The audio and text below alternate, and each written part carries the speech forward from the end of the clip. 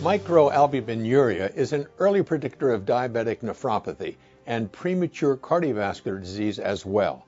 Now in the New England Journal of Medicine, researchers report on whether treatment with an angiotensin receptor blocker, in this case Olmesartan, would delay or prevent the occurrence of microalbuminuria in patients with type 2 diabetes. In this randomized multicenter controlled trial, they assigned almost 4,500 patients with type 2 diabetes to receive 40 milligrams once daily Olmesartan or placebo for 3.2 years.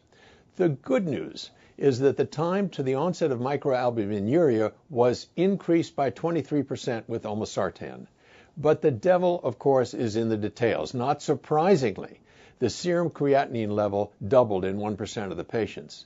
Slightly fewer patients in the Olmesartan group than in the placebo group had non-fatal cardiovascular events, but a greater number had fatal cardiovascular events.